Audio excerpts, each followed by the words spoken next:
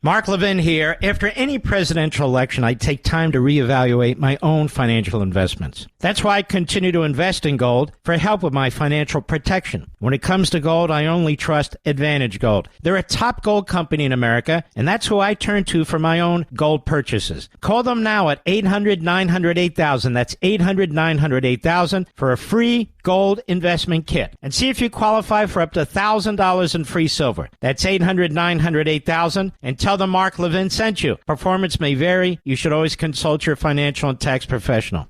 He's here. He's here.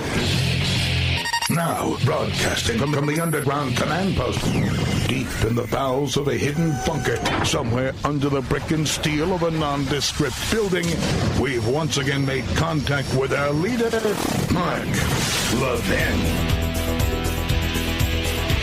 This is the best of the Mark Levin Show. Happy New Year.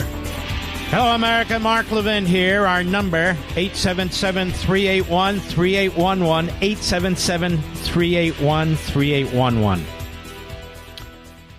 I posted something several hours ago, actually early this morning. It was picked up by our friends at the Daily Signal. No, Republicans, the sky won't fall if there's a government shutdown. Hey, Republicans, the sky will not fall if there's a government shutdown. The government was shut down 6 times during Ronald Reagan's presidency, over 20 times since 1974. Yet recent presidents have avoided it like the plague.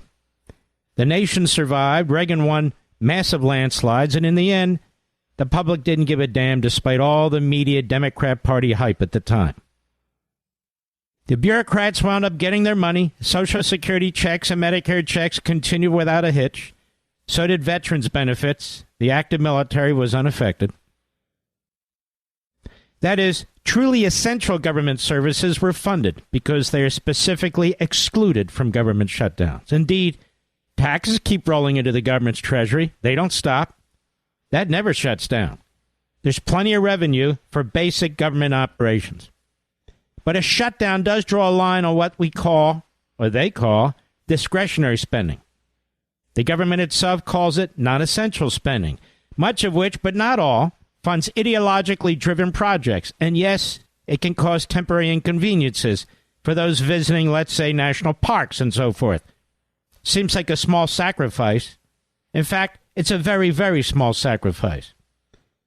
Many years ago on this radio show, budget guru and now Trump-hating never-Trumper Paul Ryan told me that the government never really shuts down. Indeed, he said when there's a so-called government shutdown, about 17% of the government actually shuts down. Remember that, Mr. Producer? And when you think of it, since the biggest entitlements are unaffected and they make up the overwhelming majority of government spending, well, that makes sense then, doesn't it? And by the way, no one, and I mean no one, will discuss reforming any of the big entitlement programs, not even the self-anointed fiscal conservatives.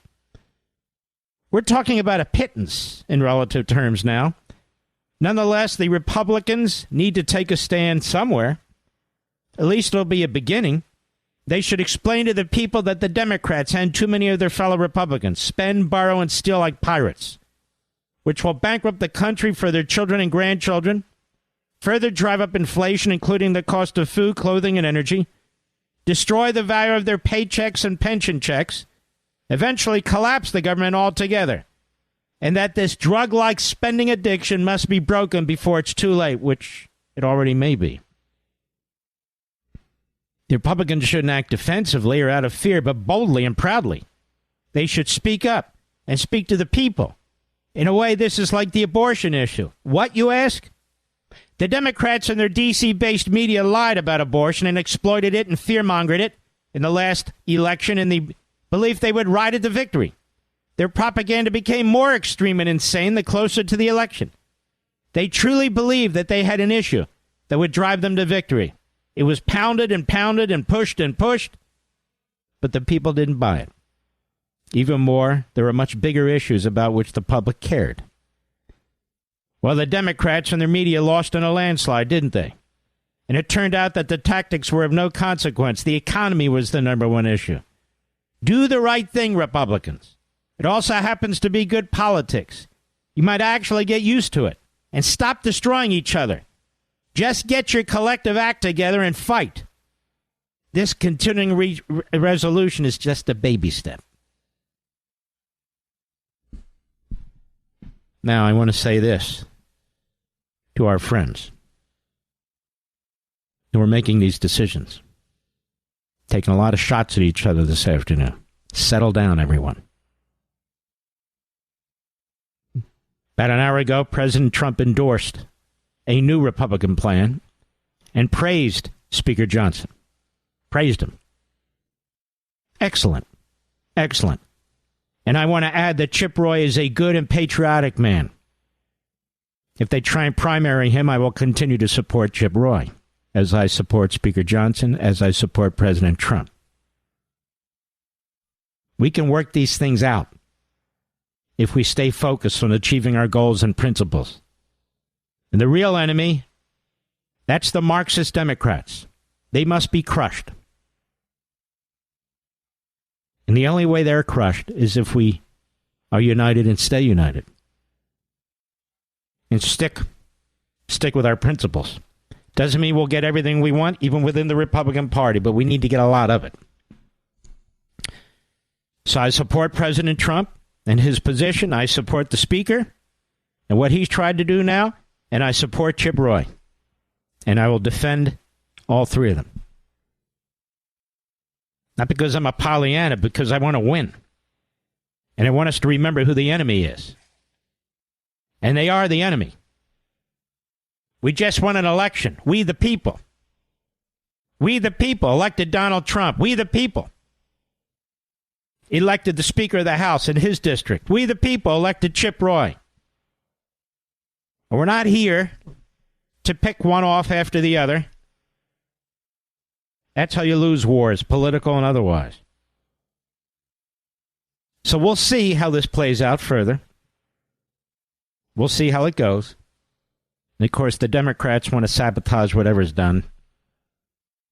So beware of that. Now, ladies and gentlemen, there have been two pieces written, one by the New York Times and today by the Wall Street Journal, and I'm talking about the news sections, on how Joe Biden had dementia, how Joe Biden could never have finished a second term, New York Times says, how Joe Biden's staff and others covered up for him.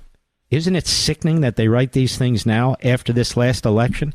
Isn't it sickening that they didn't write it a year ago? Isn't it sickening that I came behind this microphone and on TV and on Blaze over and over again over the course of years, that I laid it out that he's at stage 5 out of stage 7 of dementia, and you didn't even need me to lay it out. You could see it yourself, the roaming around, the videos, the staring into Never Never Land, the gibberish and all the rest. We all know it. And those of us who have family members with Alzheimer's or dementia, we see it and we saw it.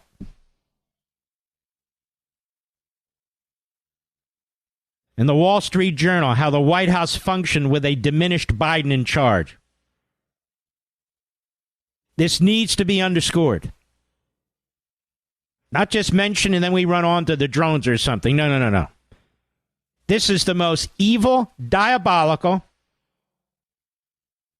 offense committed against the American people by any political party, by any group of people.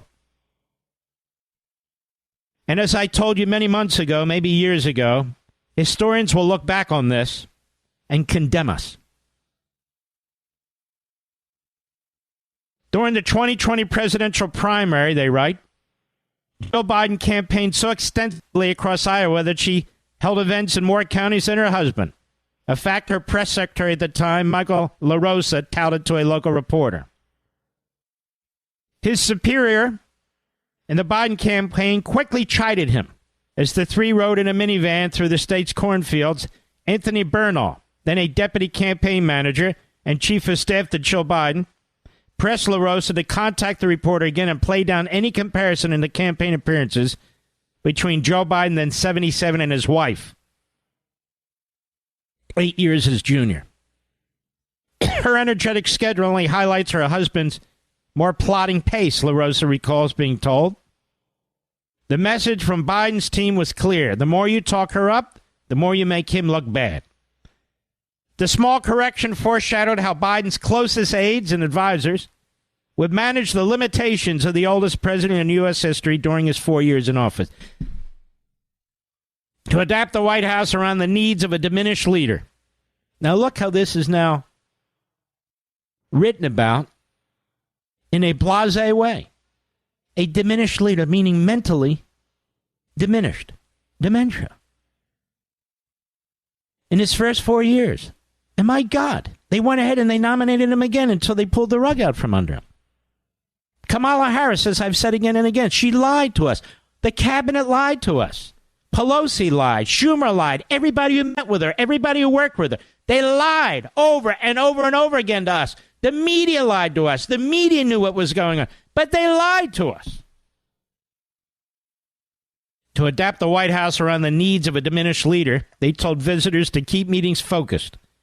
Interactions with senior Democratic lawmakers and some cabinet members, including powerful secretaries such as Defense Secretary Lloyd Austin and Treasury Secretary Janet Yellen, were infrequent or grew less frequent. Some legislative leaders had a hard time getting the president's ear at key moments, including ahead of the U.S. disastrous pullout from Afghanistan. This cost us lives. It cost us lives. And Milley knew it, and the other top brass at the Pentagon knew it, but they didn't say anything. They didn't do anything. Senior advisors were often put into roles that some administration officials and lawmakers thought Biden should occupy, with people such as National Security Advisor Jake Sullivan, Senior Counsel Steve Ricchetti, National Economic Council head Lyle Brownard, and her predecessor frequently in the position of being go-betweens for the president. They all covered up for him, and they still do. Press aides who compiled packages of news clips for Biden were told by senior staff to exclude negative stories about the president. President wasn't talking to his own pollsters as surveys showed him trailing in the 2024 race. Look at this. Look at this. Presidents always have gatekeepers, but in Biden's case, the walls around him were higher and the controls greater, according to Democratic lawmakers, donors, and aides who work for Biden and other administrations. There were limits over who Biden spoke with, limits on what they said to him, limits around the sources of information he consumed. It's the President of the United States, America. And throughout his presidency, a small group of aides stuck close to Biden to assist him, especially when traveling or speaking to the public. They body him to such a high degree. A person witnessed it said, adding that the hand-holding is unlike anything other recent presidents have had. This would be Kirby. Kirby. And the idiot. The White House operated this way even as the president and his aides pressed forward with his re-election bid, which unraveled spectacularly after his halting performance in a June debate with Donald Trump made his mental acuity an insurmountable issue. Vice President Kamala Harris replaced him, we know this, was decisively defeated by Trump in a shortened campaign. The account of how the White House functioned with an aging leader at the top of its organizational chart is based on interviews with nearly 50 people, including those who participated in or had direct knowledge of the operations. Many of those who criticized Biden's insularity said his system nonetheless kept this agenda on track, meaning this staff ran the country. As they do right now. White House spokesman Andrew Bates, this guy's a complete lowlife, said Biden earned the most accomplished record of any modern commander-in-chief and rebuilt the middle class because of his attention to policy details that impact millions of lives. Rebuilt the middle class? I think Bates has dementia. Bates, who rejected the notion that Biden has declined, added the president has often solicited opinions from outside experts, which has informed his policymaking. So you still have this guy Bates who's lying. Lying through his teeth. Said it's the job of senior White House staff to have high-level meetings regularly, and they were executing Biden's agenda in his direction. The guy's still full of crap. He also said the staff alerted the president to significant negative news.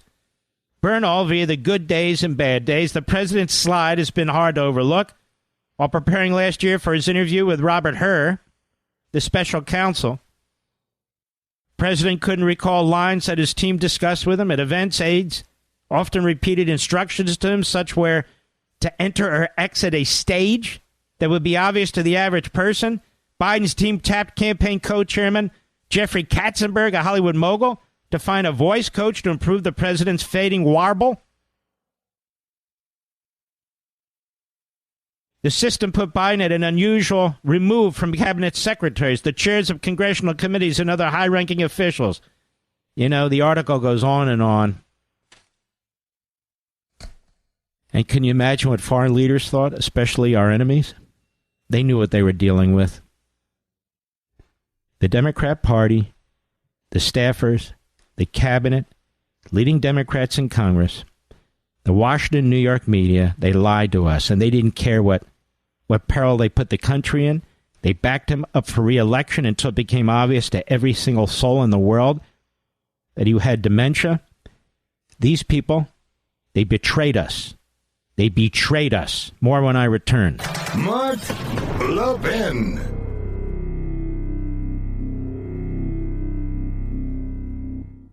Did you see what the Federal Reserve did literally days after President Trump's victory? It lowered interest rates by a quarter. Do you know why it did that? It's worried about the economy. It's worried about the fact that jobs aren't being created. We're seeing all kinds of shifts in our portfolios, and it's important to stay aware. That's why I'm urging everyone to diversify and consider gold as one of your financial shields. Now, gold has weathered every kind of economic downturn throughout history. I want you to call Advantage Gold. They're the best of the best, folks. I've dealt with all of them. They're the best. They're my gold company. 1-800-900-8000. Get a free gold investment kit to see how you can get started with gold. I recommend Advantage Gold to anyone who's serious about protecting their wealth, and that's you. Call 800-900-8000 for your free gold investment kit, and you could even qualify for up to $1,000 in free silver. That's 800-900-8000. Call them now. Tell them Mark Levin sent you. You'll be very happy with them. Performance may vary. You should always consult your financial and tax professional.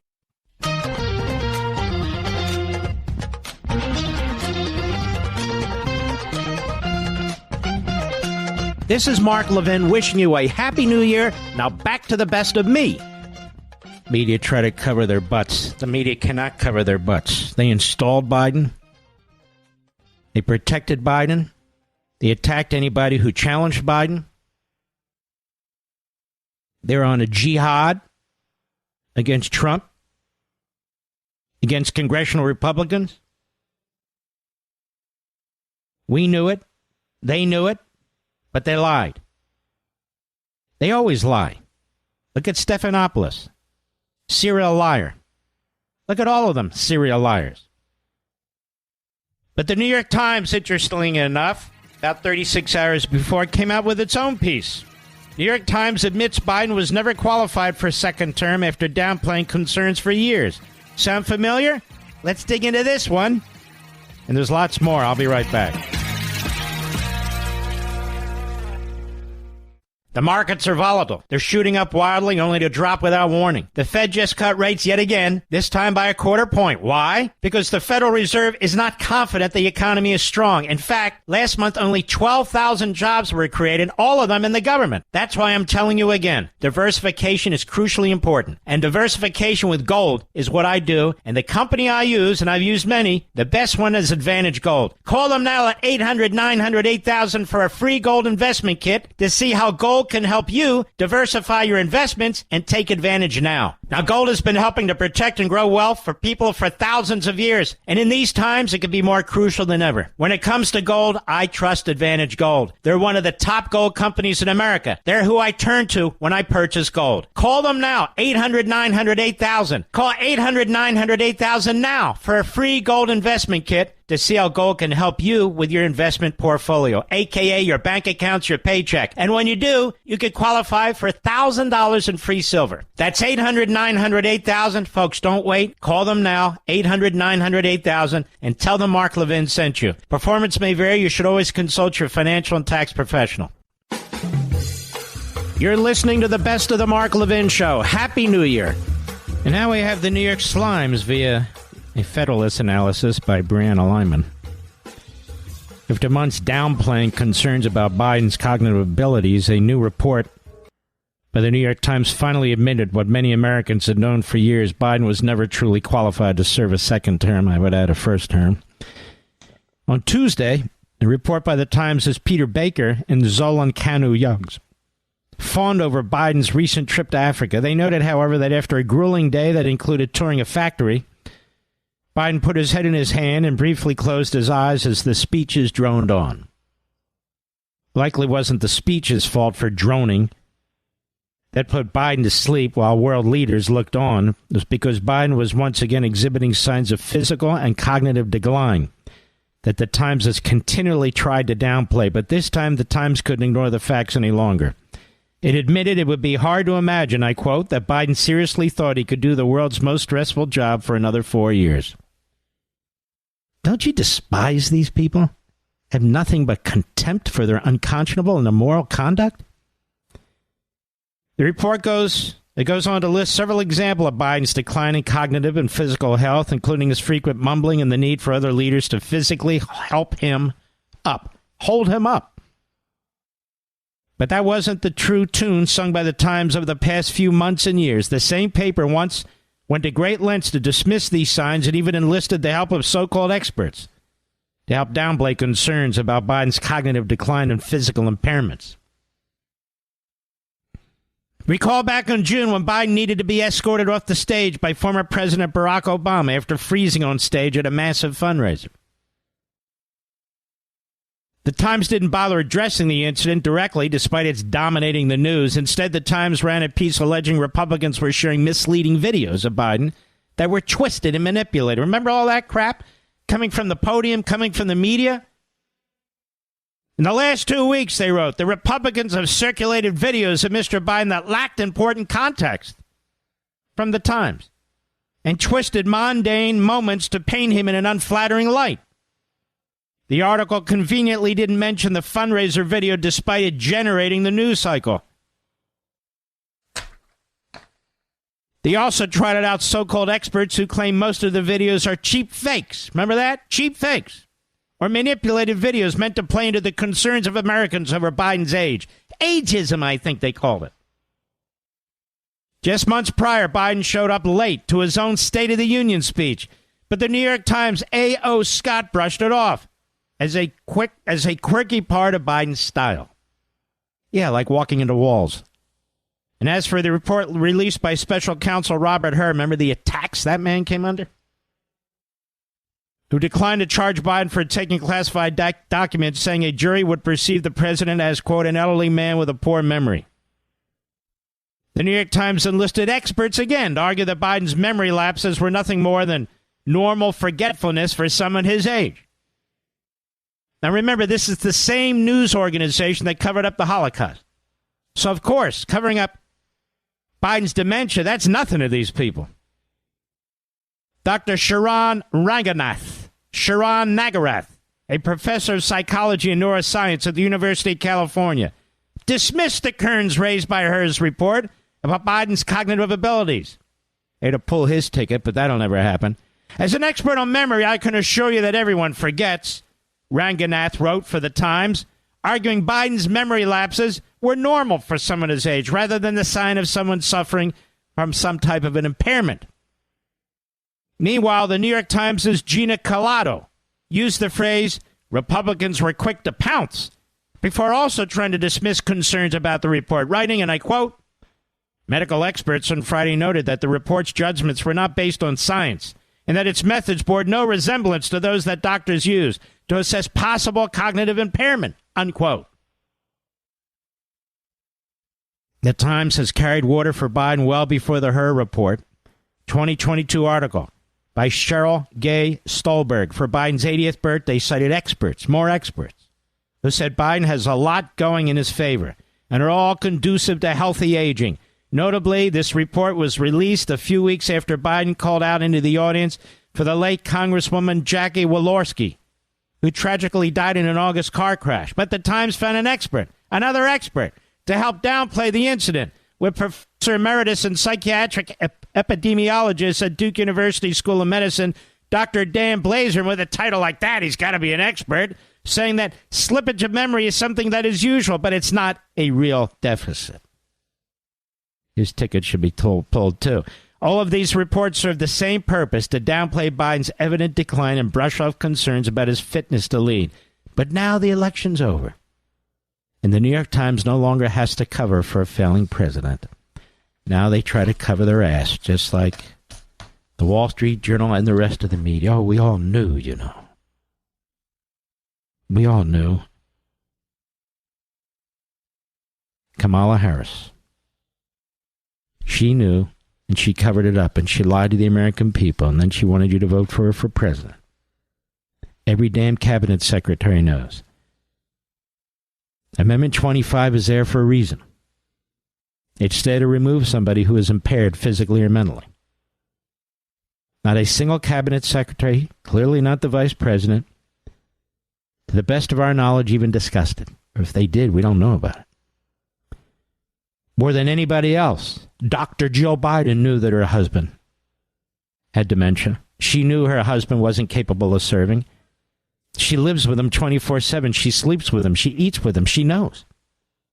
She knows whether he can go to the bathroom with or without help. She knows if she has to help feed him. I'm not kidding. Help dress him. She knows. She knows it all. And she knows what medicines he's taking. I assure you he's taking medicines to help him cope with dementia. But it was all covered up. Not well, but nonetheless covered up. And if you drew attention to it, it was so obvious that Helen Keller could see it and hear it. So obvious. And if you drew attention to it, there was something wrong with you. And the paid grifters, the phony staffers, the lightweight cabinet secretaries, the Pravda media, all the rest of them, a conga line of fakes, frauds, and phonies. Reprobates all. There they were to tell you that you don't know what the hell you're talking about. You're just a partisan Republican. That's it. There's something wrong with you. And now the media are doing this to cover their tracks. Because they know history will judge them. And that's why they're doing what they're doing now. It doesn't even matter now. Guy's president for another 5 or 6 weeks. It's frightening. But there's literally no way to remove him, short of the 25th Amendment and short of impeachment and removal. But the Democrats aren't going to do it. The cabinet's still not going to do it. We all know that this guy's a zombie walking. We all know it. We all know it when we're talking about sighting drones. We also mean, look at that. There's Joe Biden and the White House Rose Garden. We all know it. Blinken knows it. Sullivan knows it. Austin knows it. Garland knows it. And yet still, right now, they're there shoving documents under his nose. Preemptive pardons. Preemptive pardons. Has he pardoned a 3-time murderer? He pardoned the worst embezzlers imaginable.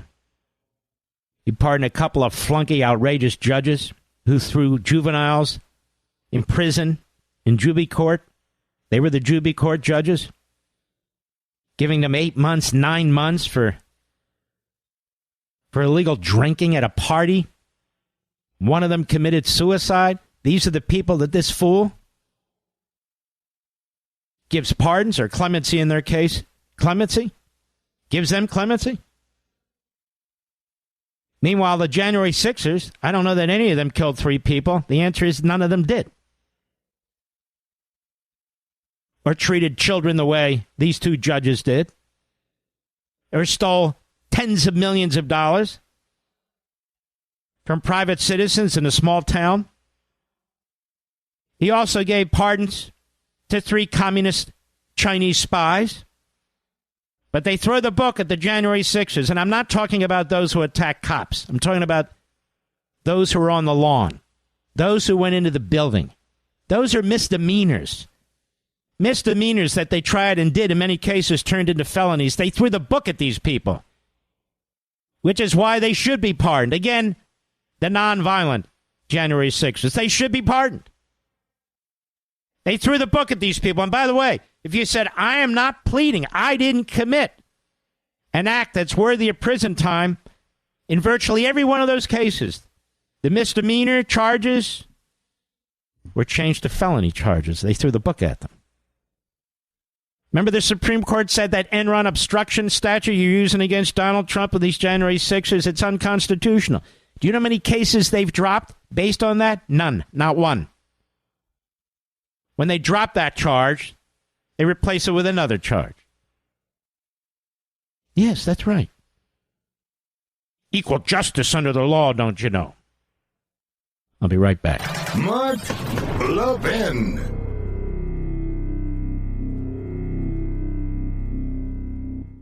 Did you see what the Federal Reserve did literally days after President Trump's victory? It's lowered interest rates by a quarter. Do you know why it did that? It's worried about the economy. It's worried about the fact that jobs aren't being created. We're seeing all kinds of shifts in our portfolios, and it's important to stay aware. That's why I'm urging everyone to diversify and consider gold as one of your financial shields. Now, gold has weathered every kind of economic downturn throughout history. I want you to call Advantage Gold. They're the best of the best, folks. I've dealt with all of them. They're the best. They're my gold company. 1-800-900-8000. Get a free gold investment kit to see how you can get started with gold. I recommend Advantage Gold to anyone who's serious about protecting their wealth, and that's you. Call 800-900-8000 for your free gold investment kit, and you can even qualify for up to $1,000 in free silver. That's 800-900-8000. Call them now. Tell them Mark Levin sent you. You'll be very happy with them. Performance may vary. You should always consult your financial and tax professional.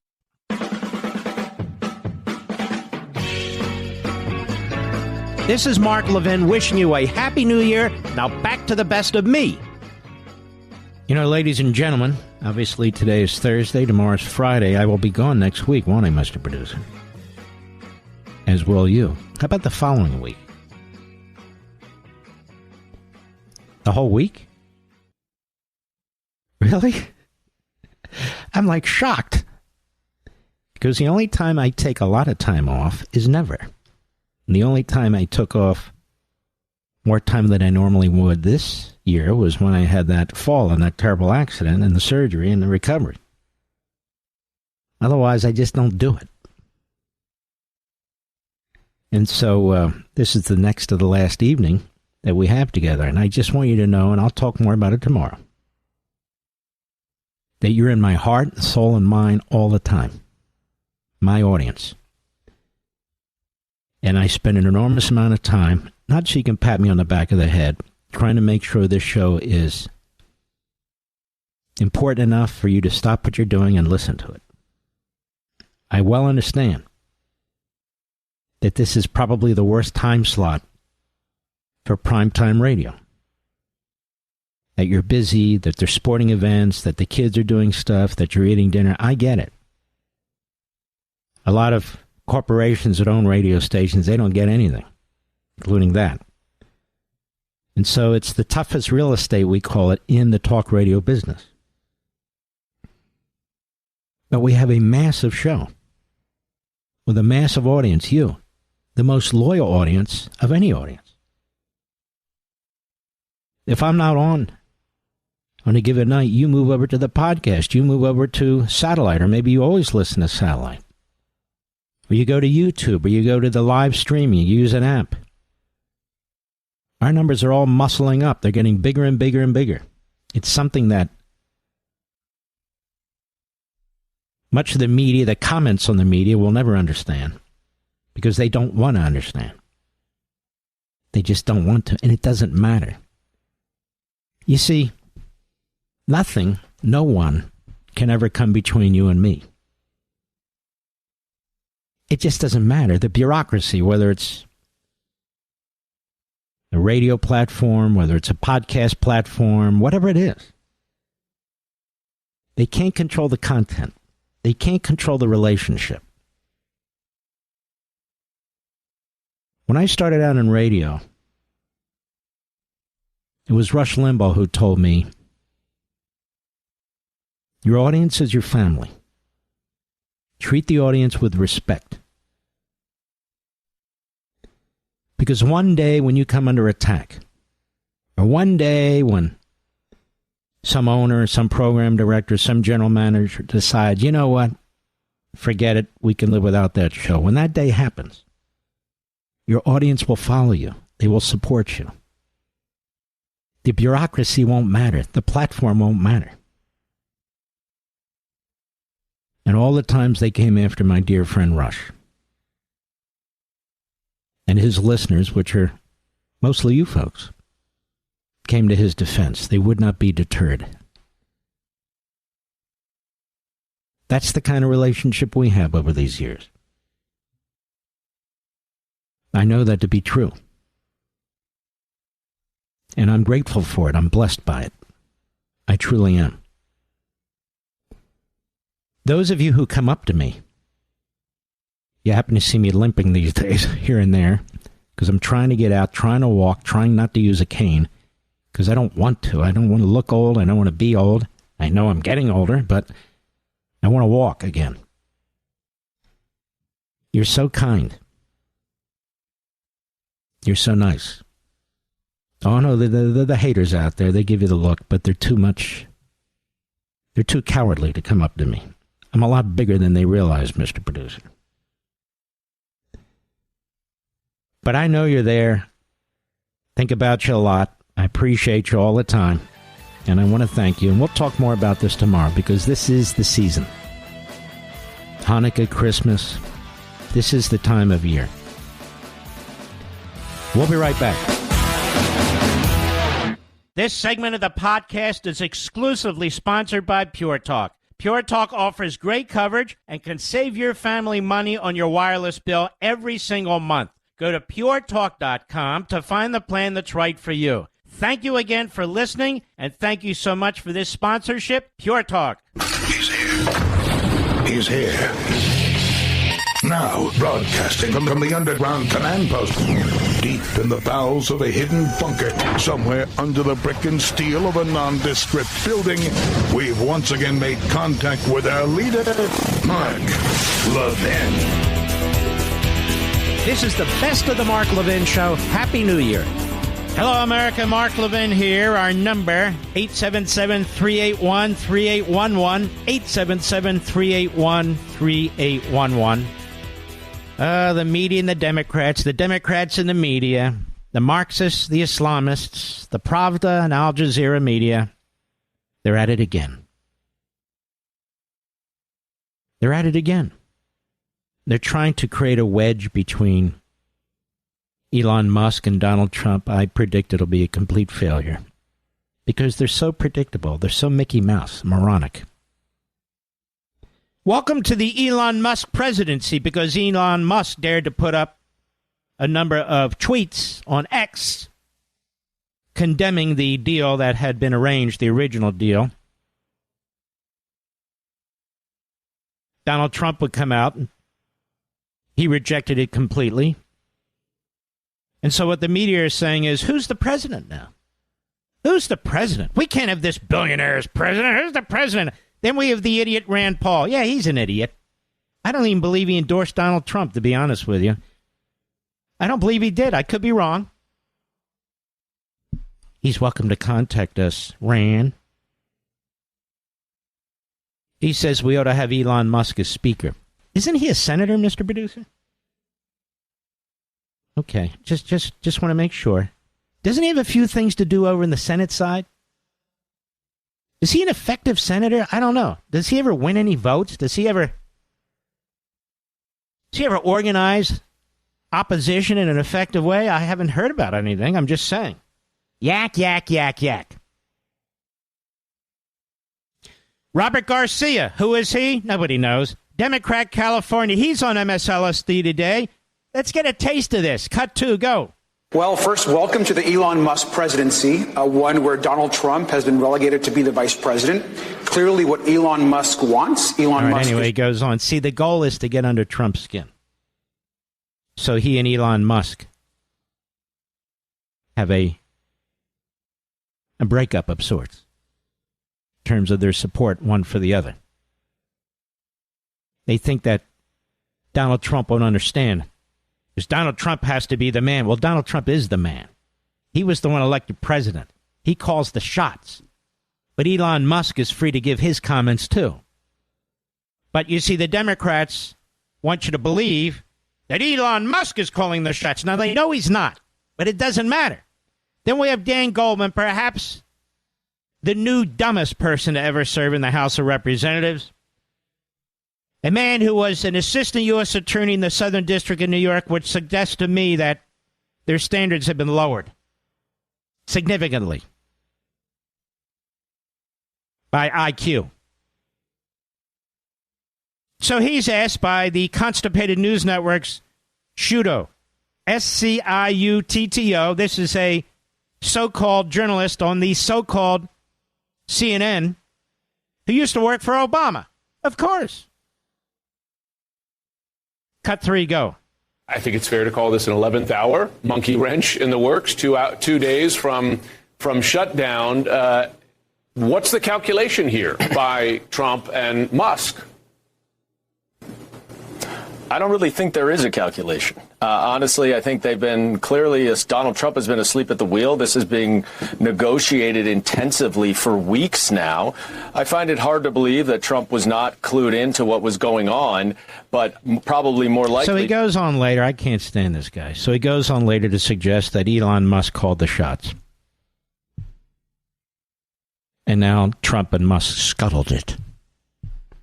I don't know. I don't remember this being public. Do you, Mr. Producer? I certainly don't.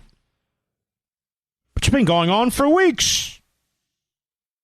Now we have Eric Swalwell, always a favorite at MSLSD, like every other individual who has slept with communist spies. Oh, yes, over there at MSLSD, you're a hero. Frequent guest. Just like at the Constipated News Network, Dan Goldman. Dumb as a doorknob, a constant guest. Cut 4, go. Who's the speaker? Is it Elon Musk or is it Mike Johnson? Now that's Joy Reid, America's bigot. Joy Reid, America's bigot. She contributes nothing useful, helpful, positive to society. Just a bald face and bald-headed sometimes, I think. I don't know what that's all about. But a bigot nonetheless. And she has her buddy Swalwell on. Is Elon Musk or is Mike Johnson speaker? Wow, Joy. So profound, so perceptive. What does Swalwell say? Go. Okay. Right now. He is invested. he co-president? Speaker Musk right now, he says. Speaker Musk. So these are two idiots talking to each other. They think we're stupid, making lame brain comments. So Elon Musk is the speaker? Speaker. Rand Paul wants him to be the speaker, and he's the president, and the president is the vice president. So that's what we're getting right now at a MSLSD and the Constipated News Network. Wow. Wow. Well, how stupid are they? Now we have Whoopi Goldberg, a.k.a. Karen. Karen Goldberg. Whoopi's a real Karen. You know how they use the word Karen as a pejorative about sort of white suburban women? Oh, she's a Karen. Well, Whoopi's real name is Karen. Whoopi! She's a whoopee cushion. Cut 6, go. Who is in charge? Because I've been saying it for a while. Yes, you have. I've been You have. saying that I think Elon Musk believes he's president. I do. Well, you can call him vice president. I've called him vice president. I called him president because I don't know what JD is doing. I hardly ever. I don't remember the last time we even talked about JD. You're right. He's planning the presidency when they get rid of Trump. So you think it's Musk? Do these women, can we call them women or should we call them by their pronouns? Do these its, I like its. Shh, its, Mr. Producer. Shh, don't say it. Shh, its. Do they like have happy hour before they tape their show? Or are they just naturally stupid? And they work up each other, you know, so stupid like stupid. I don't know, he's president, he's vice president. Where's J.D. Vance? What are you, blind, deaf and dumb? J.D. Vance is everywhere. Good man, by the way. Good man. What is this, J.D. Vance? So this is the propaganda of the day, okay? Doesn't matter. All the left-wing media, which means all the media but a few safe havens, all the phony news shows, because as we know, The View is viewed as a news show by ABC News, and ABC News is viewed as a news network, and that's pretty funny. Incidentally, did you know that George Stephanopoulos was told repeatedly by a producer to stop accusing Trump of rape or being convicted of rape, but he did it anyway? And now apparently he's furious. So you know what Disney did? They just re-upped him. Standards. What standards do they have at Disney? It's all Mickey Mouse, but you know what? We like Mickey Mouse. They don't rise to a Mickey Mouse standard. And so this is the propaganda of the day, again, to try and create friction between Donald Trump and Elon Musk. It's not going to work. It's not going to work. Everybody knows who's in charge. Donald Trump doesn't take a second seat to anybody, nor should he. He won in a landslide. Elon Musk is very supportive of Donald Trump. He also has his own opinions because he's actually created things, built things. He's a multi-billionaire, unlike everybody on The View. They've built nothing. They've created nothing except a lot of methane. That's it. So now they hate Musk. They used to love Musk when he was a liberal Democrat, when he backed Obama. Oh, Musk, that's a great guy. They used to love Robert F. Kennedy Jr., didn't mind his views on vaccines and milk and water and all the rest of it. Now he's a kook. They used to love Tulsi Gabbard. I mean, this is a party where their man, David Banya, remember him? Traveled to Iraq, met with Hussein's mouthpiece. Oh, yeah, they were all over the enemy territory. Now, of course, it's Tulsi Gabbard. She's the enemy. They love Ted Kennedy, who conspired with the communists in the old Soviet Union to prevent Reagan's re-election. Remember all that? The Lion of the Senate. Camelot. But not Gabbard. They can't. That's a bridge too far. It's a Chappaquiddick Bridge. I'll be right back. Mark Levin.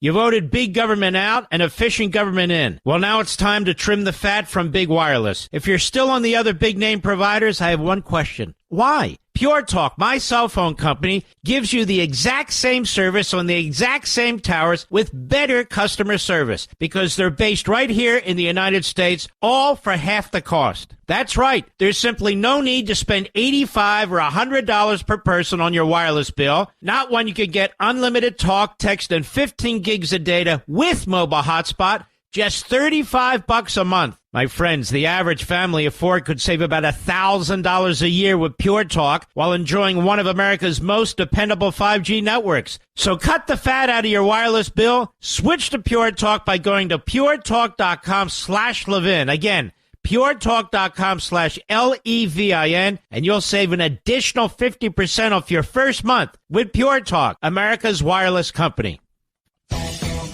You're listening to the best of the Mark Levin Show. Happy New Year. Looks like Fannie Willis got her Fannie dismissed. Oh, yeah. From our friends at the New York Sun, one of the great newspapers, by the way.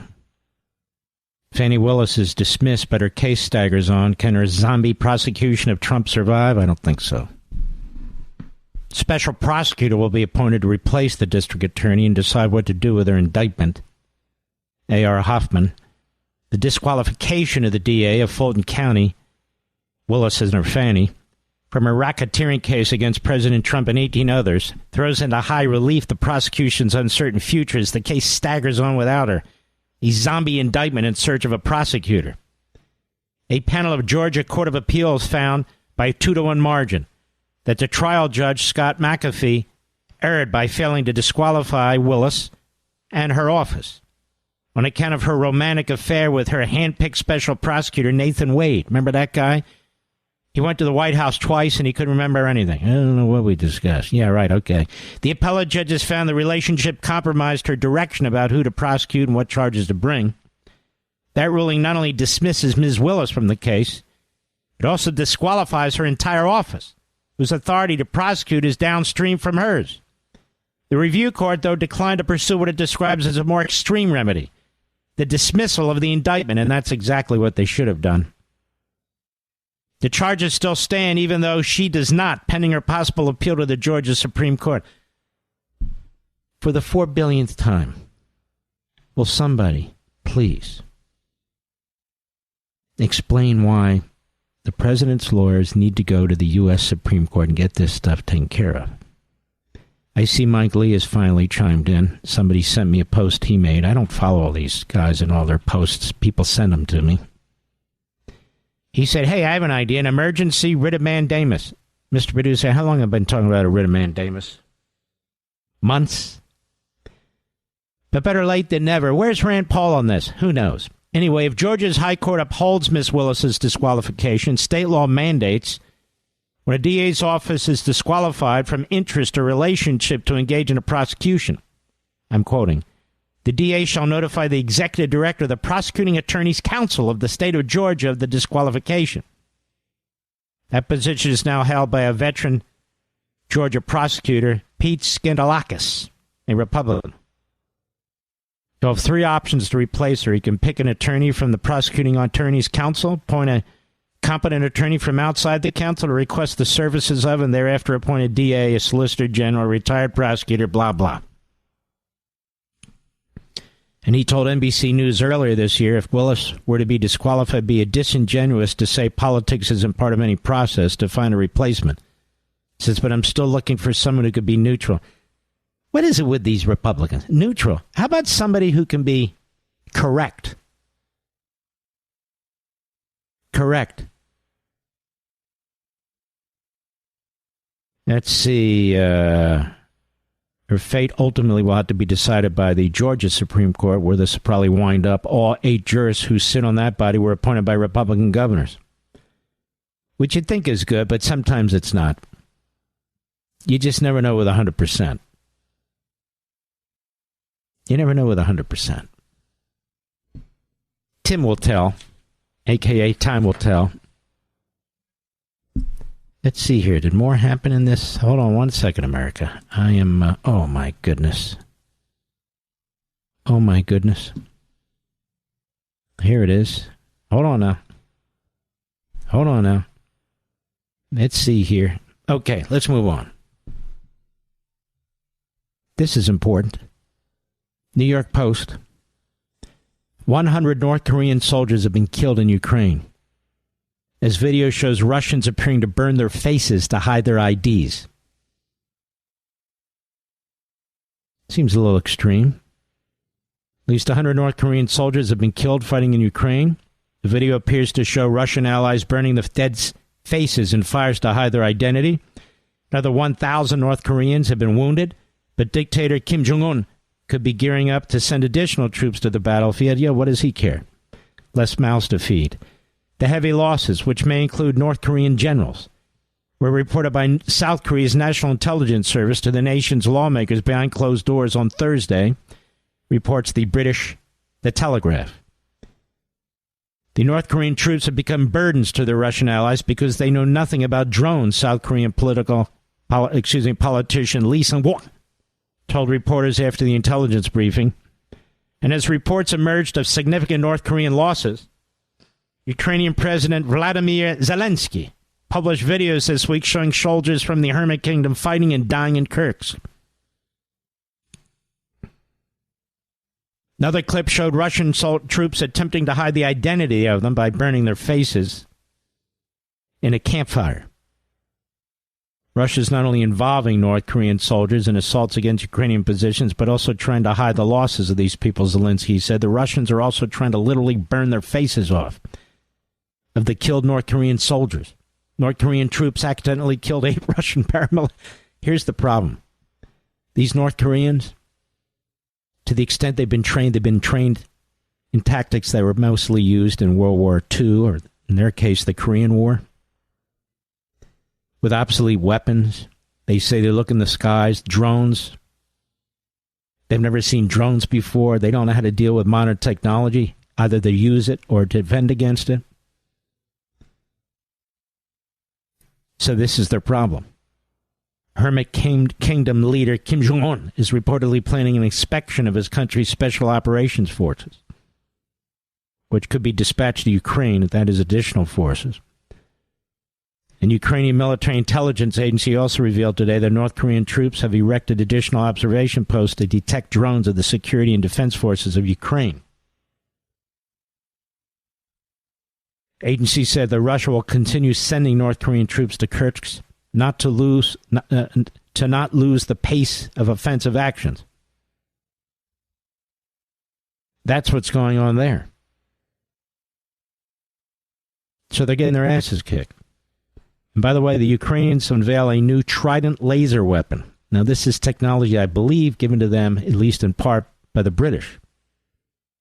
This is a laser weapon that can take out aircraft over a mile away. I've been saying to friends and family, lasers are the next cutting-edge technology.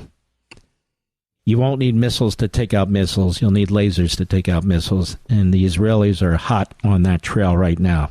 They're focusing heavily on lasers, mobile lasers. You can use them on tanks or personnel carriers or use them on jets and so forth. That would be a game changer. Hypersonic missiles. Guess what? Lasers are faster and more accurate than hypersonic missiles, which are very fast and very accurate. I'll be right back. You voted big government out and efficient government in. Well, now it's time to trim the fat from big wireless. If you're still on the other big name providers, I have one question. Why? Pure Talk, my cell phone company, gives you the exact same service on the exact same towers with better customer service because they're based right here in the United States, all for half the cost. That's right. There's simply no need to spend $85 or $100 per person on your wireless bill, not when you can get unlimited talk, text, and 15 gigs of data with mobile hotspot, just $35 a month. My friends, the average family of four could save about $1,000 a year with Pure Talk while enjoying one of America's most dependable 5G networks. So cut the fat out of your wireless bill. Switch to Pure Talk by going to puretalk.com/Levin. Again, puretalk.com/LEVIN, and you'll save an additional 50% off your first month with Pure Talk, America's wireless company. This is Mark Levin wishing you a happy new year. Now back to the best of me. There they go again, Politico, left-wing rag, website operation, and rare move Republican senators call for Hegseth's FBI report. I told you we're not out of the woods with this yet. The Senate Armed Services Committee usually limits who can view these types of background checks. Lawmakers want to see this one. Writes Joe Gould. At least a dozen senators are pushing to see the FBI's background check on Pete Hegseth. A rare move for the committee that oversees his confirmation and assigned the former Fox News host faces hurdles still in the Senate. And from Republicans. Unlike some other committees, the Senate Armed Services usually limits access to these types of background checks to its two lead senators, but pressure is building for both Democrats and Republicans to provide more lawmakers with the ongoing report, whose contents could determine whether Hegseth makes it in the Pentagon. This is Politico. Susan Collins. It would be helpful, given the allegations that have been lodged against Mr. Hegseth, to be able to see the FBI background check. She's a swing vote. She's a swinger. Yes. Senators have various motives for seeking the report. Some Republicans, such as Collins and North Carolina Senator Tom Tillis. Always unreliable, that Tom. They say the claims are serious enough to warrant greater access to the findings. Well, it's unlikely the FBI findings would be made public. They could still give Republican senators political cover to vote against Hegseth's support for his defense. I've encouraged all the nominees, number one, be out front on the FBI background check, and you want that information shared at least with committee members. No, you don't. You're all skunks. You're losers. You're untrustworthy. You're leakers. Among other reasons. The FBI's background investigation is expected to thoroughly examine Hegseth's personal and professional history, including interviews with associates, reviews of financial records, and queries into past legal issues. And we can all trust the FBI, can't we, America? Tommy Tillis there. He's a big truster of the FBI. Can I say truster? Sure. Trump's pick argues he's nothing to hide. Mr. Hegseth not only welcomes but looks forward to the FBI background check, said Hegseth advisor Arthur Schwartz. Hey, Arthur. The allegations of sexual, and then you go on about the allegations. Reid is facing pressure. The chair of the committee, Reid of Rhode Island, another left-wing kook. Ranking member, Mississippi Senator Roger Wicker. Complete weakling. By arrangement with the White House, the two senators typically review FBI reports on nominees without staff present and consult with the administration if they want to release them more widely.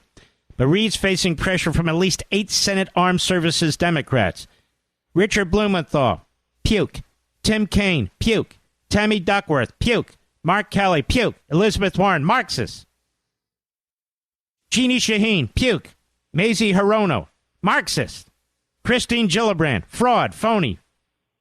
Dayan Senator Angus King, Maine Independent, a.k.a. left-wing Democrat, said they want the report released to all committee members, and then they're going to start leaking it. That's what they're going to do. Reid acknowledged the growing calls for transparency, but didn't say which way he's leaning. Everybody wants to look at it, he said. That's a decision that has to be made by myself, Senator Wicker, and the White House. Kaine said that if Reid and Wicker wanted to break with the norm, they would have to go back and renegotiate with the incoming Trump administration. Well, he's a stickler, that one. Blumenthal went further. He said he wants senators involved in all confirmation hearings to see the findings. The FBI report ought to be shared with the entire committee. Oh, great. So let's change the rules now when Trump's in power. Republicans, too, are weighing in. Senator Tommy Tuberville, Republican Alabama Trump ally, simply said, I'm going to see it. But some Senate Armed Services Republicans said they want to defer. I don't think we need to make any special exceptions on any of this, said Senator Mark Wayne Mullen. Good guy, by the way. I don't know him, but I can see he's a good guy. If we didn't do it for the Biden administration, we shouldn't do it for the Trump administration. Amen. Well said. And he's right. He's 100% right. It's all a load of crap. They get access to it, they're going to leak it. And why should they change the rules? For Pete Hegseth. But not for the Biden people. Biden's administration was loaded with freaks, frauds, and phonies. Him being one of them, of course. I'll be right back. Mark Levin.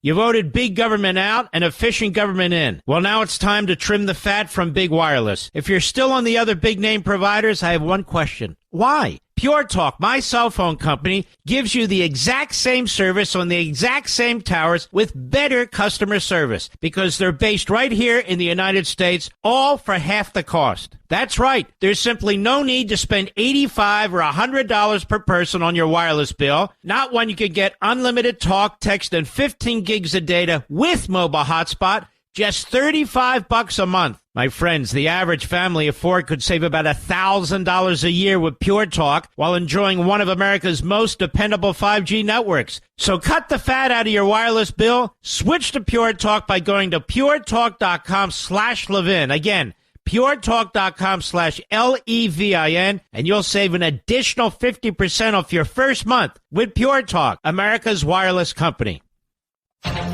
You're listening to the best of the Mark Levin Show. Happy New Year.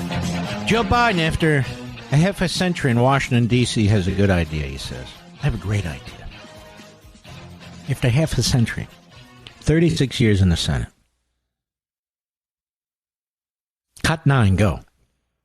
I don't know how you look your constituents in the eye and know because the job they gave you an inside track to make more money. I think we should be changing the law that we have to, but we abide by at the federal level, that nobody in the Congress should be able to make money in the stock market while they're in the Congress.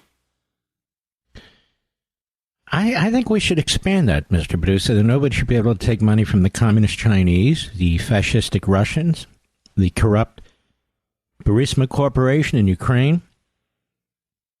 I think we should include that. Oh, they're already included. I'm sorry. Now, why is he doing this now, Mr. Producer? Do you know why? Nancy Pelosi. He's so pissed off at Nancy Pelosi for helping to lead a coup against him. Then complaining that Biden should have gotten out earlier. He's so furious with her for stabbing him in the back. You know, they're all a bunch of backstabbers. He knows that the Pelosi's have made tens of millions of dollars as a result of her position in Congress. 60 Minutes used to report on things like this. Remember that? Not anymore. Not anymore. But the Pelosi's made a fortune because of, in part, Nancy Pelosi's position in Congress, determining whether legislation would come up, what legislation would come up, knowing in advance. Hubby managed to make money. Notice he's never been under criminal investigation. Why is that? It's a dumb question, isn't it? We know why. But that's why he's bringing it up now. After all these decades and all these years, all of a sudden, you should be able to trade stock, in Congress, look the constituents in the eye. Now you're looking at them in the eyes, plural, but that's okay. Congress should be able to make money on the stock market while they're in the Congress. Let's see how that quickly that passes. Congress won't pass Congress at all. But he comes up with it at the very last minute. Now, why does he do that? He's doing a lot of last things at the last minute, and they're all really all destructive. You know what he just did for California that's going to affect everybody in the country, that's going to affect the automobile industry? As the Daily Mail reports, furious, California gets green light to ban all gas cars in Democrat state. So California was given the go-ahead by the Environmental Protection Agency of the federal Biden regime government to ban all sales of gas-powered vehicles in 10 years. The EPA granted 2 requests from California to enforce strict standards for vehicle emissions. California's long-standing authority to request waivers from the EPA to protect its residents from dangerous air pollution coming from mobile sources like cars and trucks, said the EPA Administrator Michael Regan. It's a good soldier, does what he's told. The new waiver is important not only to California, but to more than a dozen other states that follow its nation-leading standards on vehicle emissions. Despite the environmental win in the state, the requests are expected to be immediately reversed when Trump takes the presidency. My God, we're always one election away from complete disaster, aren't we? Whew.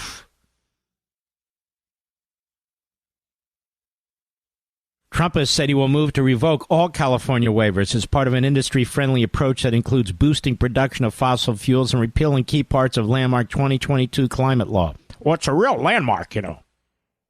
He rescinded California's authority on emissions in 2019, only to be reversed 3 years later by Biden, by Meathead.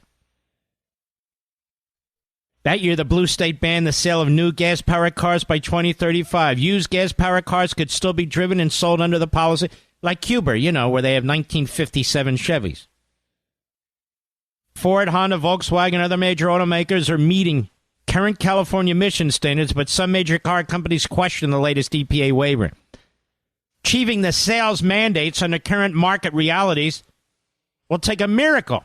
There needs to be a balance. Some states should exit the California program, Alliance for Automotive Innovation CEO John Bozzella said.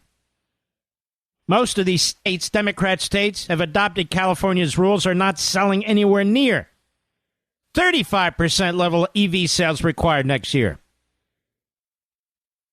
Don't you like sales of certain cars are required? Does that sound like a free country to you? Does it sound like a free state to you?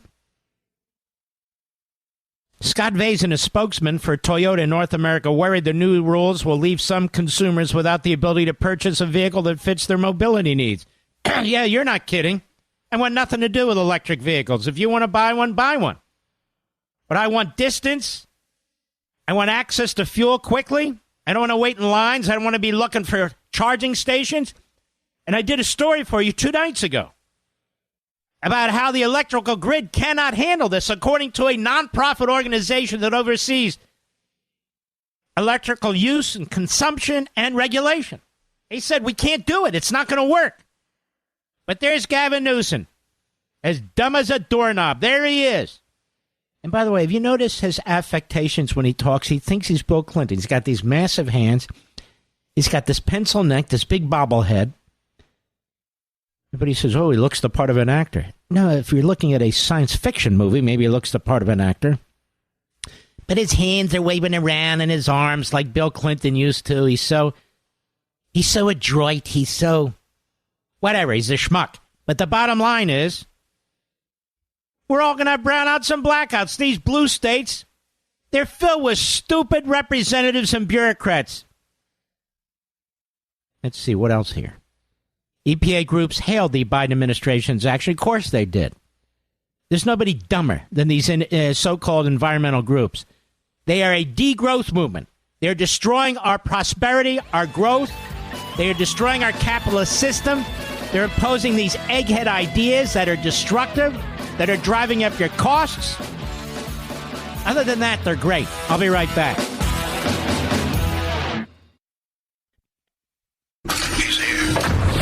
He's here.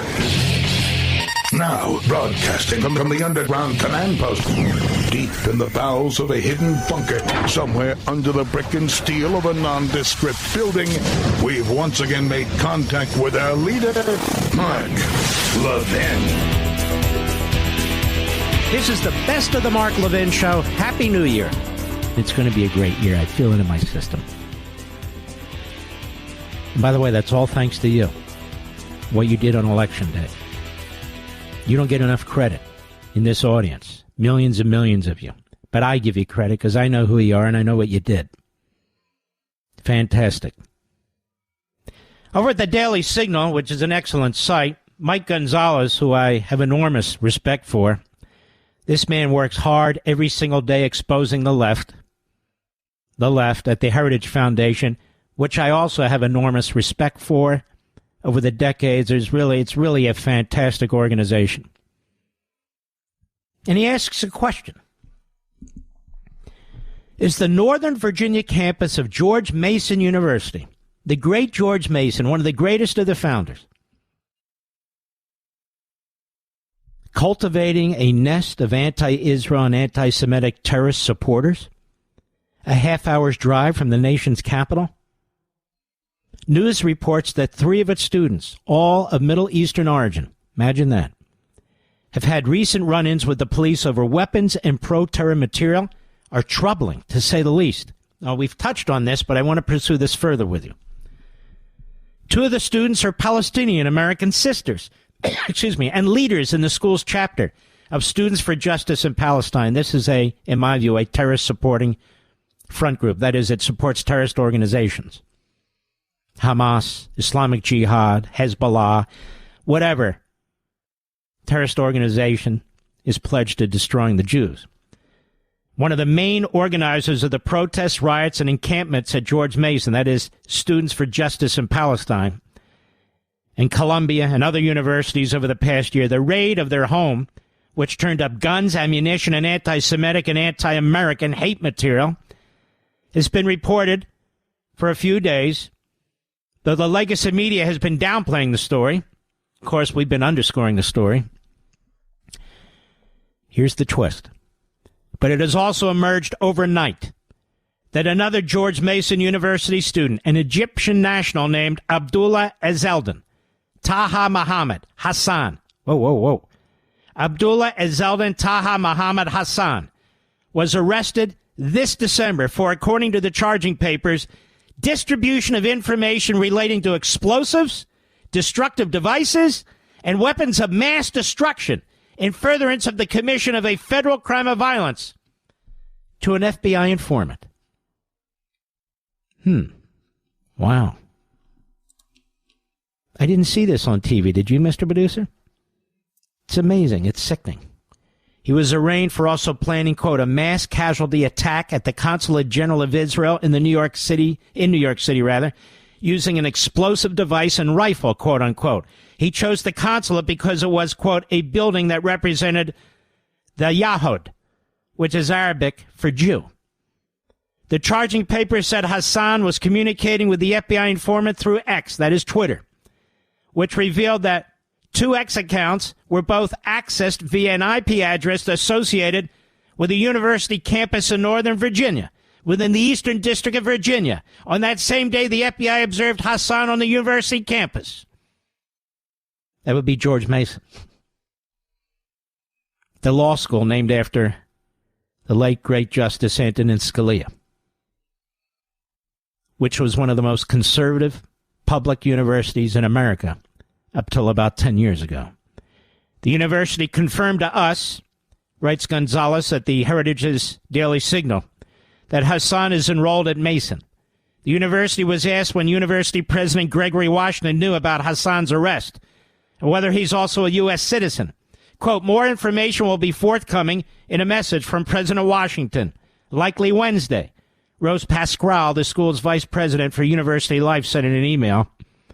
Should be more like university death, given what these people are preaching. Pasquale added that Hassan, to the best of our knowledge, is not connected to Students for Justice in Palestine. The Palestinian American sisters were very much connected to the group, which is why George Mason has suspended the chapter on at least an interim basis. One of the 2 sisters, Noor Khana, an undergraduate, is the current co-president, as we pointed out the other week, of Students for Justice in Palestine, while her sister, Jenna, a graduate student in engineering, is a past president. The guns were registered to their father and their brother, Muhammad, also a George Mason alumnus. Wow, George Mason's having a hell of a time with admissions, isn't it? All 3 children live with their parents. Must be a fantastic upbringing. Police and the FBI raided their home in November and found AK-47 and AR-15 rifles, multiple rounds of ammunition, an explosive device. Did anyone hear this on MSLSD or CNN or any of the Sunday shows? They also found sounds that read, "Death to the Jews," signs that is, "Death to the Jews," "Death to America," and the flags of Hamas and Hezbollah, both of which the United States government has designated as terrorist organizations. It's okay. Free speech. According to press reports, the FBI has not commented, but the spokesman for the Commonwealth's attorney in Fairfax County, where George Mason is located, confirmed to local press that police found the guns, the ammunition, and the pro-terror material. Now, the sisters apparently have been previously suspected of threatening and violent activity. According to the Jerusalem Post, quote, the pair... Has the Washington Post investigated this? How about the Holocaust-denying New York Times? Has the Biden administration done anything about this? No. According to Jerusalem Post, the pair were suspected of involvement in a vandalism act at GMU in August, we pointed this out, where students defaced the student center with spray paint messages threatening a student intifada. Washington Free Beacon has reported that the Hamas sisters were suspected of involvement in an ensuing melee, causing thousands of dollars in damages. How exactly George Mason University, which actually has a conservative reputation despite its lavish spending on diversity, equity, and inclusion and other social justice programs that actively foment anti-Israel animus, has become a hotbed for an anti-Israel, anti-Semitic terrorist supporters is difficult to say. Well, I have a thought. The border's open, massive immigration from all over the world, including the Middle East, including terrorist states in the Middle East, including Palestinian organizations and territory. That could be a little bit of a hint. Don't you think, everybody? Because it's happening everywhere. Canada is a hellhole. London's become a hellhole. Paris has become a hellhole. Amsterdam's become a hellhole. Jews are now being hunted. There are Kristallnachts happening every night that aren't reported. Synagogues being shot up. Jews being beaten to a pulp, chased down alleyways.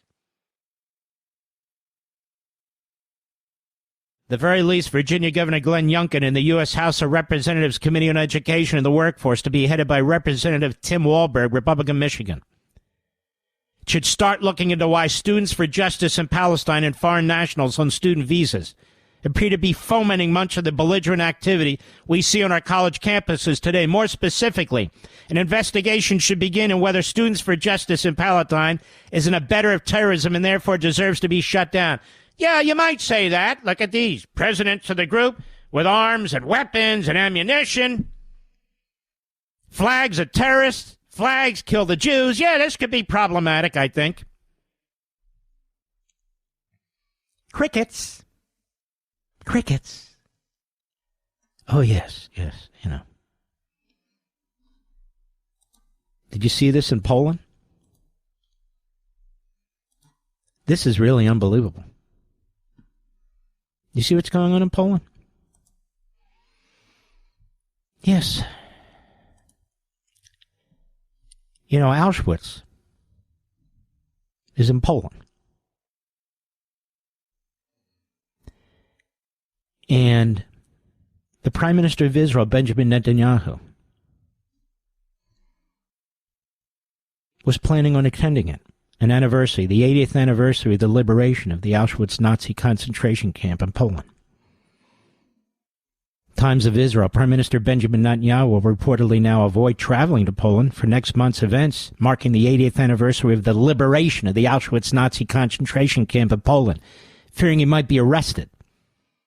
Arrested. The major event is planned for International Holocaust Remembrance Day on January 27. It's expected to be attended by dozens of leaders and heads of state, including Britain's King Charles. According to a Polish outlet, Israeli authorities haven't contacted their Polish counterparts about attending the event, and officials in Warsaw believe the reason is related to Poland's stance, that it will arrest Benjamin Netanyahu as a result of the ICC's warrant, should he come to Poland. The report also says President Isaac Herzog does not plan to attend the event.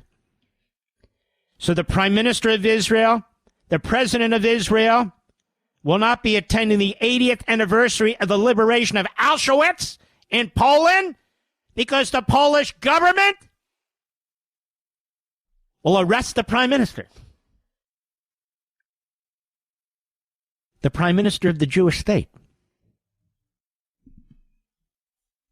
where so many victims of the Holocaust, including Auschwitz, fled to what we call Israel today.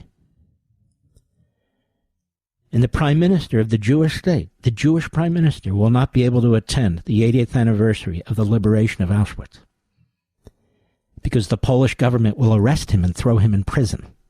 Got that? Sick. Screw them.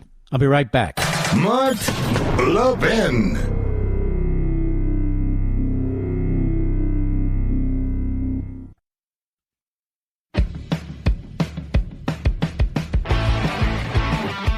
This is Mark Levin wishing you a Happy New Year. Now back to the best of me.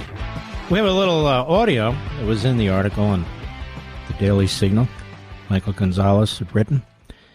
Interviewing students at George Mason University's campus shortly after the genocide, the massacre of the Jews on October 7th. Cut 12, go. Did you guys see the news reports about them parachuting or hang gliding into that rave? I don't know about the full detail, but I don't think they did all that, to be honest with you. Oh, you don't think so? The baby story you were talking about, I keep asking people because that was babies whose heads were cut off by Hamas, this terrorist group. But the protest here today was celebrating Hamas. Every single martyr must be mourned. And that's why we're confused. Was it really? They're calling them martyrs. Some people saying they're freedom fighters and other people saying they're like terrorists, kind of like ISIS. They have been designated as a terror group by the U.S. since 1997. Do you think that matters at all, or is that kind of up for debate as well? I think that's kind of up for debate as well. Like Israel, they've done much worse to the people of Palestine. The one time they decide to fight back because it's their land, and they're just going to make a big deal about that. That doesn't make any sense to me.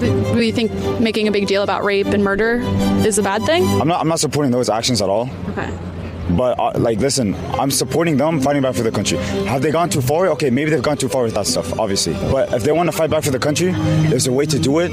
Maybe they took it a bit too far. Well, if they're celebrating the attacks, which are done by Hamas, do you think that counts as supporting Hamas? Not necessarily. I think that they're kind of, not in a way of celebrating, because obviously, like, their country's in, like, a very bad position right now. Like, there's a lot of war and a lot of, like, destruction happening to both sides. Honestly, like, I think that just peace would be great between the two. God help us, God help us. This from the Jerusalem Post. not the Washington Post. Third time this year, shots fired at Jewish school in Canada. The current incident is the third time gunshots were fired at the school this year, with similar incidents recorded in October and May. Unbelievable.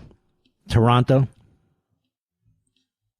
a hotbed of Jew hatred, but the entire country of Canada is. We had that wonderful guest on last week, who's a Canadian author and journalist, and laid it out, hook, line, and sinker,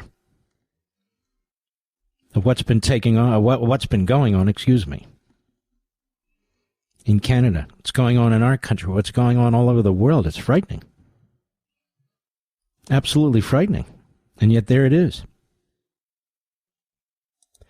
By the way, the Daily Mail interactive map reveals disturbing pattern in the drone sightings across the United States. You thought I forgot. No. An interactive map has revealed a disturbing pattern in drone sightings across the U.S. An unexplained drone invasion has targeted America's military bases worldwide since October, beginning with a swarm over Langley Air Force Base in Virginia. The pattern became evident with similar activity was reported over New Jersey's Picatinny Arsenal on November 18. Less than 1 week later, U.S. bases in England and Germany began grappling with incursions by small unmanned aerial systems. Back in America, sightings were gaining traction. Multiple instances of drones appeared over New Jersey's Navy Weapons Station. Ohio's Wright-Patterson Air Force Base closed its airspace due to similar activity on December 13. The list of affected bases continues to grow, with one in Texas joining the ranks after drones were spotted on December 18. In White Settlement, that's right, you heard me, White Settlement, home to the Naval Air Station Joint Reserve Base Fort Worth and Lockheed Martin, residents and police officers observed drones flying in formation about 100 feet in the air, sometimes hovering in groups of 6. Christopher Cook, police chief in White Settlement, said, "We haven't seen the formation of drones like that before." The White House said the sightings near or over the Department of Defense are not new. The Department of Homeland Security, Department of Defense, Federal Aviation Administration, and FBI released a joint statement on the matter. The sighting started at Langley when top Pentagon officials were baffled by a swarm of mystery drones that carried on for 17 days. One of the 2 fixed drones flew more than 100 feet in the air as smaller quadcopters, as they're called, the size of 20 commercial drones, flew slower and below them and occasionally hovered. And it goes on and on.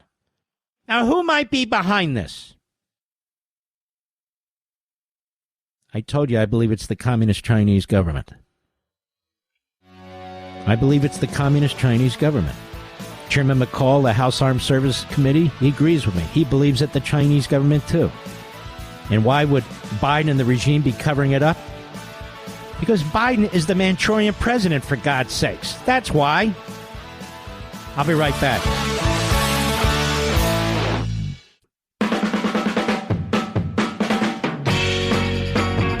You're listening to the best of the Mark Levin Show. Happy New Year. So Luigi Maggioni, Mr. Producer. Luigi Maggioni. New York Mayor Eric Adams said at a press conference, I wanted to look this guy in the eye. By the way, I know my buddy Sid can't stand Eric Adams. For good reason, a lot of reasons. But I have to say, for a mayor of a big city, in fact, the mayor of the biggest city, this guy is more moderate than most of these mayors. You look at this guy in Chicago, that guy is a nutcase. He's a radical kook. You look in L.A., she's a nutcase. But not even as big as a nutcase as the nutcase in Chicago. But when it comes to violent illegal immigrants, when it comes to some of these things, I mean, the guy at least sounds good. And he meets with Tom Homan, Tom Homan, a great guy. So even if he was sort of left center, he's obviously moved more center. I think you'd have to call him a fairly moderate Democrat. All right, don't yell at me. Don't shoot spitballs at me. I mean, compared to some of these other nut jobs, it's the truth. Cut 10, go. News of the day, and that is Luigi Mangione arriving back here in New York. First and foremost, why did you feel the need to go to the heliport and actually greet him once he got off that helicopter? So I was at a conference a few days ago with the top CEOs, IBM, Deloitte. It was a room full of CEOs and governmental officials. And the shooting, the intentional shooting, and the response after really traumatized the entire industry. Not only the CEOs, but the employees. People forget that. And I wanted to send a strong message with the police commissioner that we're leading from the front. I'm not going to just allow him to come into our city. I want to look him in the eye and stated that you carried out this terrorist act in my city, the city that the people of New York love, and I wanted to be there to show the symbolism of that. Wow, why are you doing that for? Says the reporter. Well, that's good. That's good that he did that. And I'm very pleased that he did that. We have this guy, Chris Cillizza. We used to mock him, make fun of him. I think he worked for the Washington Post. I can't remember.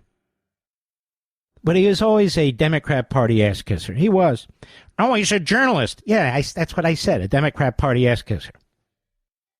And you notice all this stuff now with these phony journalists, phony news outlets, New York Times, Wall Street Journal News Division. Oh, yes, Biden didn't know what he was doing. The staff protected him. He wasn't competent to serve out a four more years in his second term. Oh, we conservatives have been saying this for years. Oh, but you're partisan. No. We conservatives have said it for years. Kamala Harris lied. Joe Biden lied. The cabinet lied. The Democrat Party in Congress lied. The media lied. They all lied and lied and lied. They were perfectly happy. If Joe Biden had had a second term, didn't matter. Because other people were running the country. See, because they believe in democracy and elections, you know. What a bunch of sleazeballs, the whole damn bunch of them. So Chris Cillizza, Substack. I should have known, but I mean, for God's sakes, I'm a journalist. I should have asked questions. Hey, dummy, if you just listened to this show, you didn't need to ask anything. And not just my show, a zillion shows. We all saw it. The American people saw it. We talked about it here. We talked about it on Blaze. We talked about it on Fox. Everybody talked about it on Fox. Everybody talked about it on talk radio. Everybody's talking about the guys. The guy doesn't have two brain cells to rub together. And, oh, yes, he does. He's Einstein. He's really great. And they're all watching the Morning Schmo on MSLSD. Oh, yeah, this guy, he's sharp as a tack. Yeah, that's unbelievable. We've never seen anything like that. Okay, great. I even did a show on Fox. I compared him to Professor Irwin Corey, this comic, who just spewed gibberish. Didn't make any sense. Never made any sense. Just like Joe. Well, here he is, Chris Cillizza, if that is his name. Yesterday, cut 9, go. As a reporter, I have a confession to make. I should have pushed harder earlier for more information about Joe Biden's mental and physical well-being and any signs of decline. So let me explain. Joe Biden was president from 2020 to 2024. I worked at CNN through 2022. During that time, the early part when I was at CNN, 2020 to 2022, people would Republicans would regularly ping me and say, why don't you ask more questions of Joe Biden and how he's doing? He's 76, 77, 78-year-old man. And I would sort of brush them off because what I would say is, well, there's no obvious evidence that he's declining. Yeah, all right, stop there. There's no obvious evidence? What, do you need a slap in the face? Cold bucket of water over your head? What do you mean there's no obvious? Maybe there's something wrong with you, pal. Go ahead. Talks a little slower, but there's no evidence that he's declining. Talks a little slower? He's not talking at all. He's talking gibberish. He's slurring his words.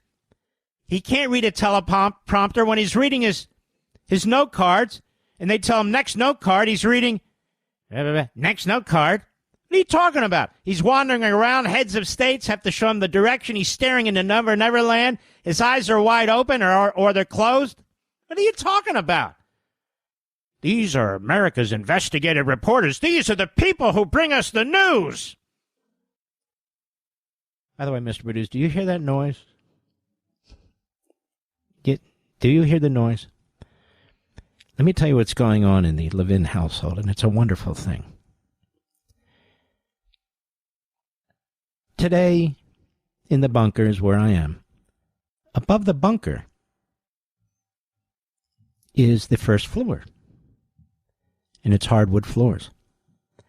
And our two beautiful little baby boys, our dogs, got brand new bones.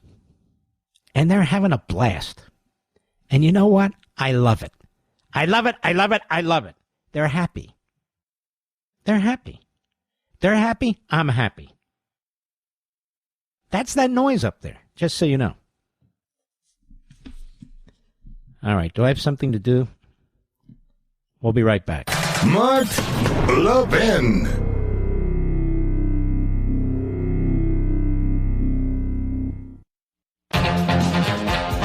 This is Mark Levin wishing you a Happy New Year. Now back to the best of me. It's the end of another year, ladies and gentlemen. I've been doing this now, Mr. Producer. How many years? I don't even know anymore. Seems like 23 or 24 years. And you know what? I feel like I just started, being the quasi-professional that I am. But in truth, I want to thank each and every one of you, whether you've been listening since day one when I was doing a Sunday show on WABC, or whether you just started listening tonight. We're on hundreds and hundreds of stations. We're on satellite radio, podcast, YouTube, live stream. We're heard from sea to shining sea, one corner of the globe to the other. Millions and millions of you, patriots, smart, hard-working, tax-paying Americans. It is an honor. It is a blessing for me to have this opportunity 5 days a week for all these years and coming years.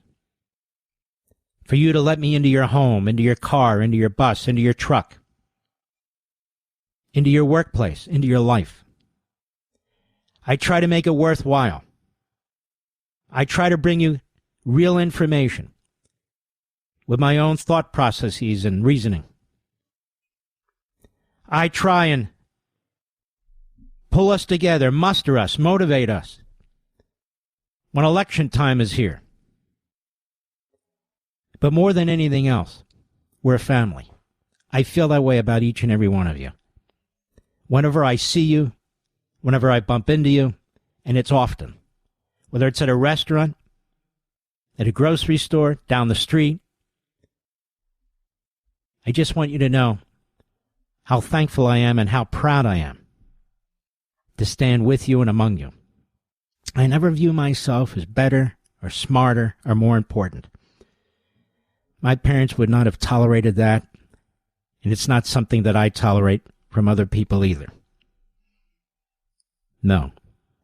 We salute our armed forces, police officers, firefighters, emergency personnel, our truckers, the men and women in Ukraine and Israel. We have your back. Good night, Spritey and Griffey. Good night, Pepsi and Smokey. Good night, Zelda and Gigi. Good night, Indy and Patton and Rory. Good night, little Barney and Big Marty. Good night, Dad.